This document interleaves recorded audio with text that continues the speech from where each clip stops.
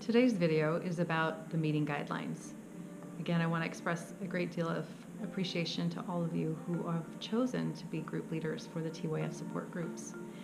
We've developed the meeting guidelines with very specific reasons in mind.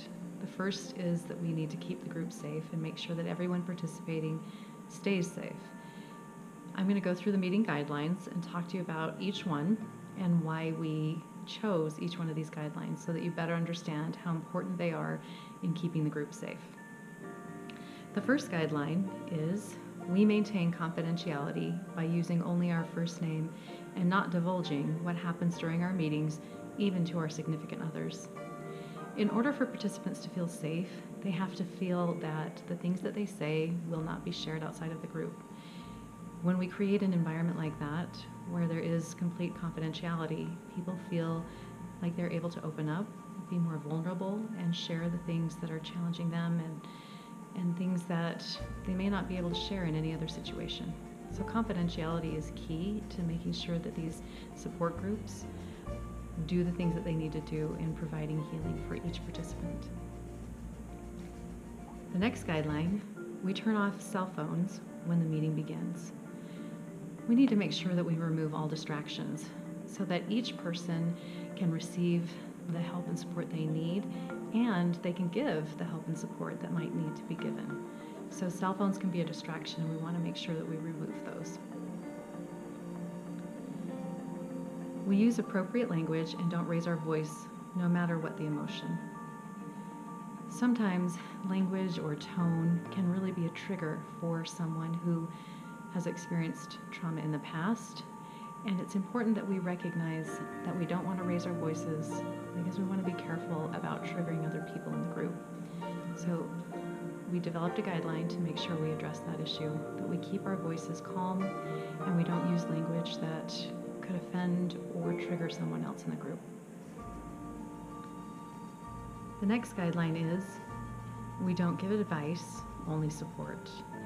TYF Support Group is for support, not therapy. Therapy can be an important part of the healing process, but should be done with a licensed therapist. We use I statements. When we use I statements, we are reflecting on our own experiences that others may find helpful in their journey. Using I statements helps us stay away from giving advice and make sure that we keep everyone safe. We're not experts on other people's journeys. We're only experts on our own, so we want to make sure that we don't give advice.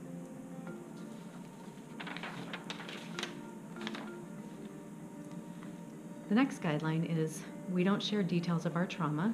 We give headlines, not details. In the TYF support groups, we stay focused on the present to help everyone in the group stay safe.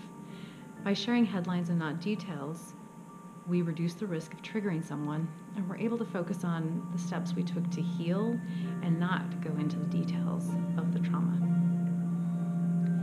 We accept participants regardless of age, race, religion, sexual orientation, background, or ability.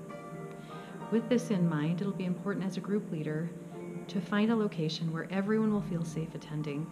You will also want to make sure that everyone feels welcome in the group. We don't interrupt. We are quiet while someone else speaks and don't engage in side conversations. An important part of our support groups is to make sure that everyone feels safe and valued. When we listen to each other, we show that we respect and care about each other. We don't make solicitations related to religion, business, or politics. The TYF support group is a safe place where each participant should not have to worry about being asked to buy something or participate in something that is unrelated to the support group. We ask everyone to participate and check in, but we don't require everyone to share. Sharing is always voluntary. We require everyone to check in. By doing so, each participant connects with their body and their emotions and demonstrates an element of accountability by talking about their self-care from the previous week. They recognize a moment from the past week that hopefully was a win. We hold ourselves and each other accountable and enforce the guidelines of the group. Members of the group should feel a sense of ownership for making sure that the group stays safe and contributes to supporting each other. The best way to do that is to follow the guidelines and hold ourselves and each other accountable. That means reminding each other of guidelines from time to time when necessary in a kind and respectful way. We follow the script as it's laid out without deviating. In this way, we are able to maintain a safe, predictable meeting.